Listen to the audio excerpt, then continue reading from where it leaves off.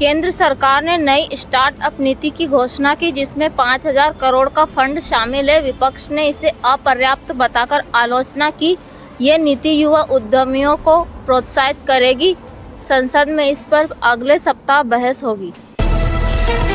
प्रधानमंत्री ने सर्वदलीय बैठक में राष्ट्रीय सुरक्षा नीति पर चर्चा की। विपक्ष ने सीमा पर तनाव को लेकर सरकार पर सवाल उठाए। बैठक में सैन्य आधुनिकीकरण पर सहमति बनी। ये कदम भारत की रक्षा तैयारियों को मजबूत करेगा। उत्तर प्रदेश में सत्तारूढ़ पार्टी ने नई ग्रामीण विकास योजना लॉन्च की। विपक्ष ने इसे चुनावी स्टंट करार दिया। ये योजना 2026 तक 10 लाख परिवारों को लाभ पहुंचाएगी। स्थानीय नेताओं ने इसका स्वागत किया।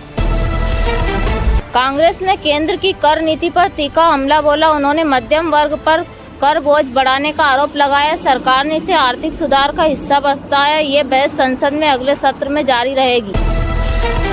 दिल्ली सरकार ने मुफ्त पानी योजना का विस्तार करने की घोषणा की। विपक्ष ने इसे वोट बैंक की राजनीति बताया। ये योजना 50 लाख परिवारों को लाभ पहुंचाएगी। नागरिकों को इससे राहतकारी कदम माना। पश्चिम बंगाल में स्थानीय निकाय चुनावों में हिंसा की आशंका बढ़ी। पुलिस ने संवेदनशील क्षेत्रों में अतिरिक्त बल तैनात किया। सत्तारूढ़ पार्टी ने निष्पक्ष चुनाव का वादा किया। विपक्ष ने केंद्रीय बलों की मांग की। केंद्र ने नई पर्यावरण नीति में कार्बन उत्सर्जन कम करने के लक्ष्य तय किए।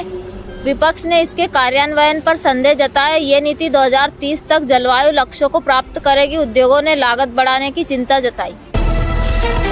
बिहार में सत्तारूढ़ गठबंधन ने नई शिक्षा सुधार योजना की घोषणा की। विपक्ष ने केवल इसे प्रचार बताया। ये योजना स्कूलों में डिजिटल शिक्षा को बढ़ावा देगी। छात्रों और शिक्षकों ने इसका समर्थन किया।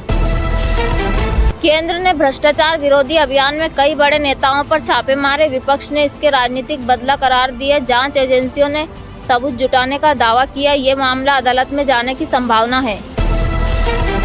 तमिलनाडु में सत्तारूढ़ पार्टी ने मछुआरों के लिए नई बीमा योजना शुरू की। विपक्ष ने इसे अपर्याप्त बताया। ये योजना तटीय समुदायों की सुरक्षा बढ़ाएगी। मछुआरों ने इसका स्वागत किया।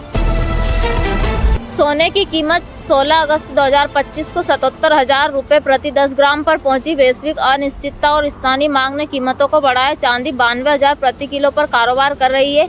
निवेशक त्योहारी सीजन में और वृद्धि की उम्मीद कर रहे हैं।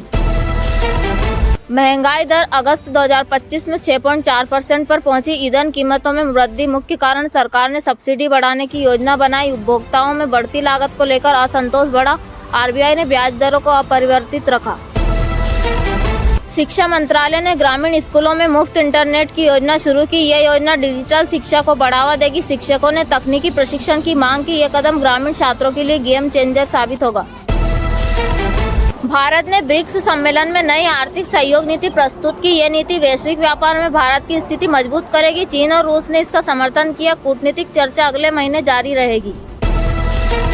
मौसम विभाग ने मुंबई और गोवा में भारी बारिश की चेतावनी जारी की। प्रशासन ने बाढ़ प्रबंधन के लिए आपातकालीन योजनाएं शुरू की। मछुआरों को समुद्र में न जाने की सलाह दी गई। ये बारिश अगले 48 घंटों तक प्रभावी रहेगी।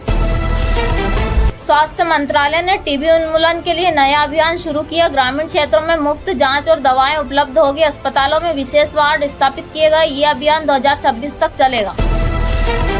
हरियाणा के एक जिले में सामुदायिक तनाव के बाद पुलिस ने कर्फ्यू बढ़ाया। स्थानीय नेताओं ने शांति वार्ता की पहल की। जांच समिति ने घटना की गहराई से जांच शुरू की। प्रशासन ने स्थिति को नियंत्रित करने का दावा किया। बॉलीवुड फिल्म हौसला ने पहले सप्ताह में 80 करोड़ रुपए की कमाई की। फिल्म में सामाजिक एकता और साहस की कहानी है। समीक्षकों ने अभिनय और कहानी की प्रशंसा की। यह फिल्म बॉक्स ऑफिस पर हिट साबित हो रही है। शहरी बेरोजगारी दर 8.1% पर पहुंची। तकनीकी क्षेत्र में छठवीं बड़ी। सरकार ने स्वरोजगार की नई स्कीम लॉन्च की। युवा अब स्किल डेवलपमेंट पर ध्यान दे रहे हैं। यह स्थिति आर्थिक नीतियों पर सवाल उठा रही है। भारत ने यूएन में जलवायु परिवर्तन पर नया प्रस्ताव पेश किया। कई देशों ने इसकी सराहना की। ये कदम भारत की वैश्विक नेतृत्व भूमिका को मजबूत करेगा। कूटनीतिक चर्चा अगले सप्ताह शुरू होगी।